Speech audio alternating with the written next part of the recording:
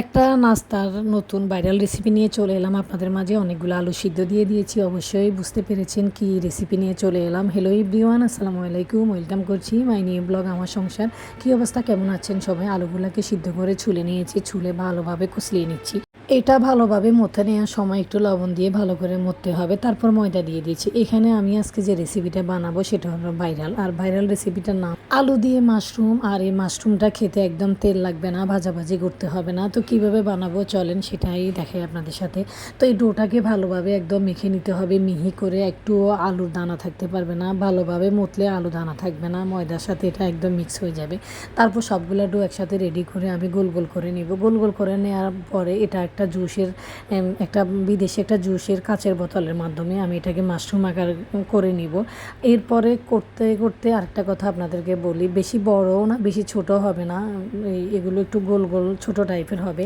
বেশি বড় দিয়ে দিলে সুন্দর লাগবে না, খেতে মজা লাগবে না। ছোট ছোট গোল গোল করে বানিয়ে এই কাচের বোতল দিয়ে একটু চেপে চেপে দিলে এটা মাশরুমের মতো হয়ে যাবে। এটা তো আহামরি কিছুই লাগবে না, এখানে একদম কম খরচে ঘরোয়া পদ্ধতিতে ঘরে যা যা থাকবে তা দিয়ে এটা খাওয়া যাবে। একদম স্বাস্থ্যসম্মত খাবারটা, এখানে তেলের ভাজাভাজি নেই, যার কারণে আরও বেশি স্বাস্থ্যসম্মত। তো আজকে মনে হলো যে রেসিপিটা একটু বানাই, সবাই খেয়ে বানিয়ে ভাইরাল হয়ে গিয়েছে, দেখি আমার একটা রেসিপির কারণে আমি কতটা ভাইরাল হতে পারি। তো যাই হোক, সবগুলো বানানো রেডি, সেটা দেখাবো। এখন আমি একটু একটা কড়াইতে পানি গরম দিয়েছি, আর সেই পানিটার মধ্যে আমি একটু লবণ দিয়ে দিব আর একটু তেল দিয়ে দিব, যেন একটার সাথে একটা লেগে না যায়। আর ডোটা করার সময় আমি কোনো তেল দিইনি। আর দেখেন মাশাল্লাহ, আমার প্রতিটা মাশরুম এত সুন্দর হয়েছে, একটাও ভাঙবে না, একটাও নষ্ট হবে না। তো এটাকে আমি পানি ফুটে আসলে দিয়ে দিচ্ছি, ফুটে আসার পরেই আর কি দিয়ে দিলাম। তো দেওয়ার পরে এটা আমি 10 মিনিট অপেক্ষা করব। 8 থেকে 10 মিনিটের মধ্যে এটা সিদ্ধ হয়ে গেলে একটা ছাঁকনি দিয়ে এটাকে ছেঁকে নিতে হবে, তাহলে বেশি সুন্দর হবে। এটা পানিতে ধোয়ার দরকার নাই, যদি পানিতে ধোয়া হয় তাহলে টেস্ট নষ্ট হয়ে যাবে। এটা গরম গরম সার্ভ করতে হবে।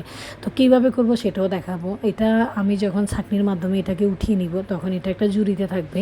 তো এই দিক থেকে আমি 4-5টা আইটেমের সস দিব, সেটা হলো টমেটো সস, চিলি সস, ধনিয়া পাতার সস, রসুনের সস, তারপরে সয়া সস, এইভাবে 4-5টা সস। একটা বাহিরের বিদেশি সস আছে, আমার ছেলে কিছুদিন আগে থাইল্যান্ড গিয়েছে, নিয়ে আসছে, ওই সসটাও দিব। সবগুলো সসকে মেখে নেব এবং সেখানে একটু রসুন কুচি দিব আর কাঁচামরিচ কুচি দিব।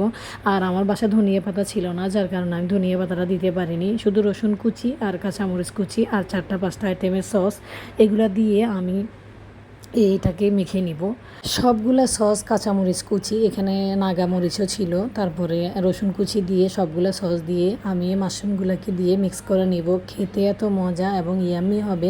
আমার বড় ছেলে এসে বলে, আম্মু এগুলোকে তেলে ভেজে নিয়েছো? আমি বলেছি না, তেলে ভাজি করে নিয়ে নিয়ে এটা শুধু সিদ্ধ করে এটাকে রান্না করা হয়েছে।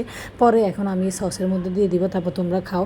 লাস্টে আমি একটু লেবু রস দিয়ে দিব, সেটা দেখাতে ভুলে গিয়েছি। খাওয়ার সময় একটু লেবু রস দিয়ে দিয়েছি। মূলত এটা চায়না খাবার, চায়নারা এভাবে খায়। এখন বাংলাদেশের সবাই ট্রাই করতেছে, আপনি এভাবে ট্রাই করে খেয়ে দেখবেন, একদম ভুলবেন না।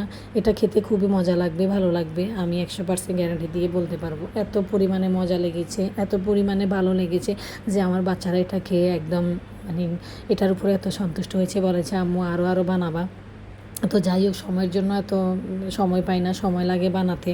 আর আমি সারাদিন এত ব্যস্ত থাকি যে কিছু একটা যে বানিয়ে বাচ্চাদেরকে খাওয়াবো, সময়টা বের করতে হয়। মোটামুটি অনেক সময় অনেক কিছুর আয়োজন করি, কিন্তু অনেক সময় ভিডিও করতেও মনে থাকে না। তো আমার বড় ছেলে অলরেডি খাওয়া শুরু করে দিয়েছে, এটা টেস্টটা কেমন হয়েছে ওটা খেয়ে বোঝার চেষ্টা করতেছে। তো যাই হোক, আমিও খেয়েছি অনেকগুলো। আমার ছোটো ছেলে মসজিদে গিয়েছিল নামাজ পড়তে, মাগরিবের নামাজ, তখন ও এসেও এটা খেয়েছে, বলে আম্মু এটা অনেক ইয়াম্মি হয়েছে। যাই হোক, কেমন হলো দেখবেন, বাসা থাকবেন। আসসালামু আলাইকুম, থ্যাংকস ফর ওয়াচিং, আল্লাহ হাফেজ।